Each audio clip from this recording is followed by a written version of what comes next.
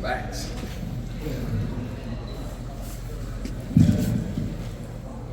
Hey Trey, as far as you were able to kind of look back on the season since we last talked to you in April, just what did you come away from and what do you guys look to improve on?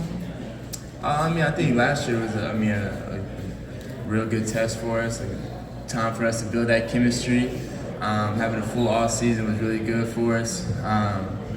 It was way too long for me, so I'm trying to have shorter off seasons for sure. But it was good. I think it was very helpful. We've all been back here in Atlanta for a minute now. Been working on a lot of things and just being around each other and building that chemistry that way is going to benefit us for real.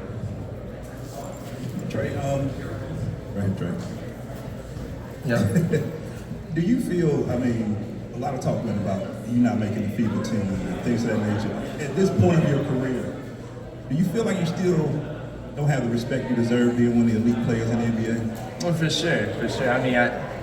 I mean, that's just if you don't think I've been disrespected, you're just not telling the truth. But it's okay for me. I just want to go out there and keep the main thing, and is winning. And I know when I win a championship, all that's going to take care of itself. So I don't really care about anything else. I just focus on my team, and I'm ready to win. So. This will be your first full season under Coach Quinn. What are some ways in which you're looking for your game to grow this season so we can have you back on that NBA All-Star team? Oh yeah, first of all, that's not my goal to be on that All-Star team. I should have been on it already. I'm ready to get going. I think Quinn has done a great job of keeping us together. Getting us a full summer, just communicating, talking. I'm just ready to play.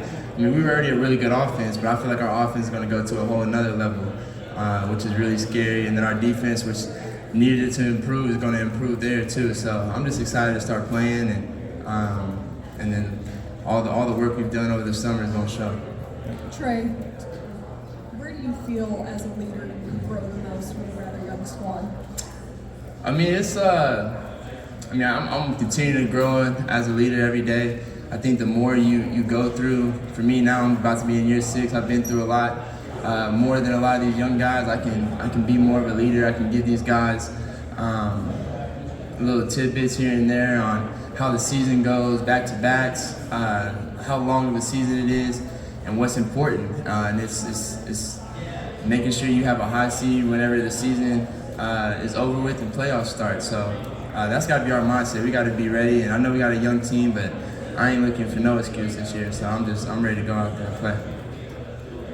Trey, on your podcast from June 1st, you said bringing Coach Snyder halfway, I think, is a game changer for us. So now with the full off season and his staff, what's been their biggest impact on your work this off season? I think it's all going to show when we start playing. You'll see the type of offense we have, the way we play. The continuity and what we play and which we play. It's going to be fun. I'm ready to get going, and we put in a lot of work this off season, so it's going to show. So.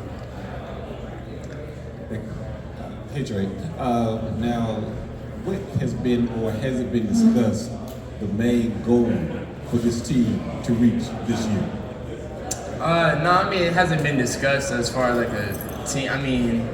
We haven't had like a full team meeting yet. I think training camp starts tomorrow. We'll have more of that, but I think every day we've just been focused on getting better. But as us players talk, we believe we can go as far as we want to. So it's all about just putting in that work every day, which we've been doing, and being disciplined and being consistent with it throughout the whole year. It's not just about doing it 1 or 2 games or 3 games here and then falling off a game or 2. So it's about being consistent. So I think with us all being around here and me knowing what I know our team wants to achieve this year, I feel like we're going to do those things. Hey Trey. Yeah, I'm sorry I can't. Yeah. So you've been a father for a little over a year now. Have you noticed any similarities to being a dad and being a leader of a team? And do you feel like it's changed your approach to the game at all? For sure. It's put things into a different perspective for me.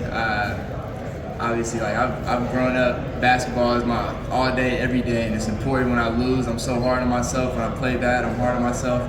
And I feel like everybody should be. But as a dad, certain things matter more, and that ain't gonna change from what my job is and how important that is to me. But my son is my first most important thing to me right now. I got another one on the way, but so those are the most important things to me for sure. NBA has made a statement this offseason about load management and trying to get a hold of not too many stars being held out for rest.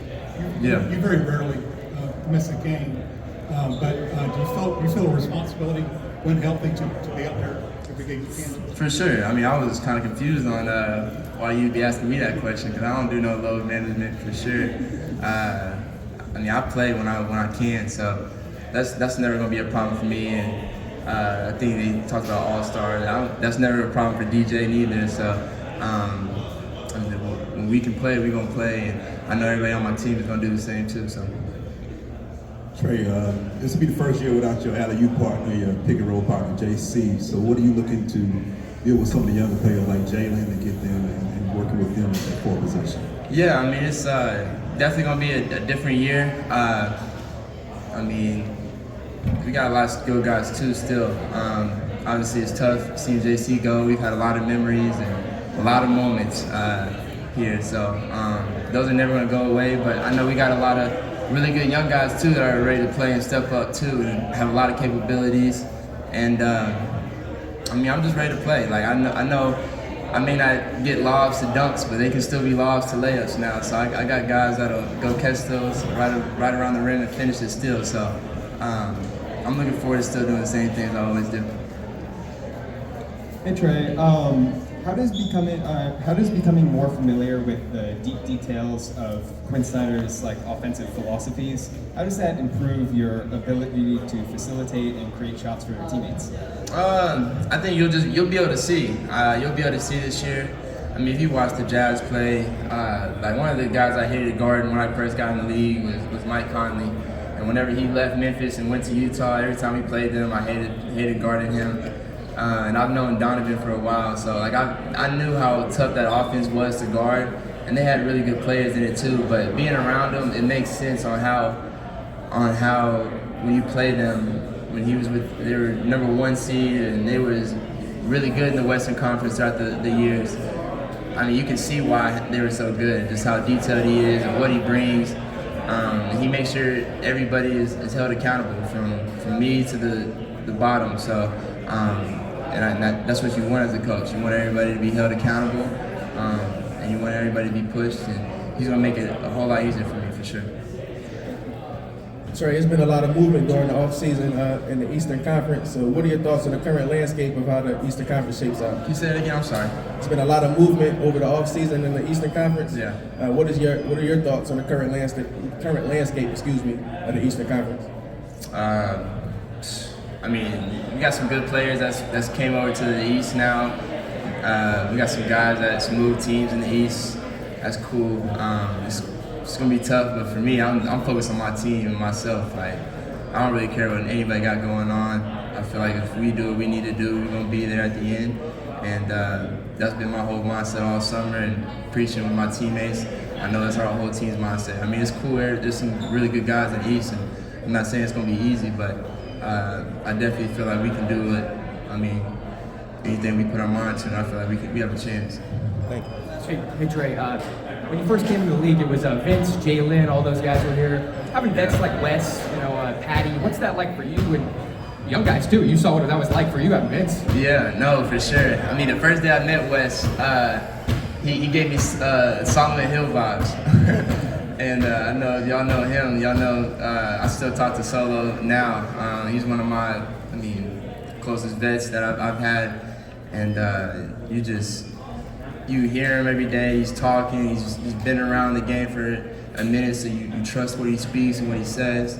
And first day he saw me, he told me he got my back. And that's something that when I seen Solo, that's the first thing I think of when I think of him. So just having Wes around, I know it's gonna be great for not only me, but for the younger guys too, for the rookies and for the guys who are younger, about to make big moves and more minutes for us. It's gonna be important to have guys like Wes around. And so I'm glad he's on our team now, for sure. All right, thanks, Trey. Gotcha.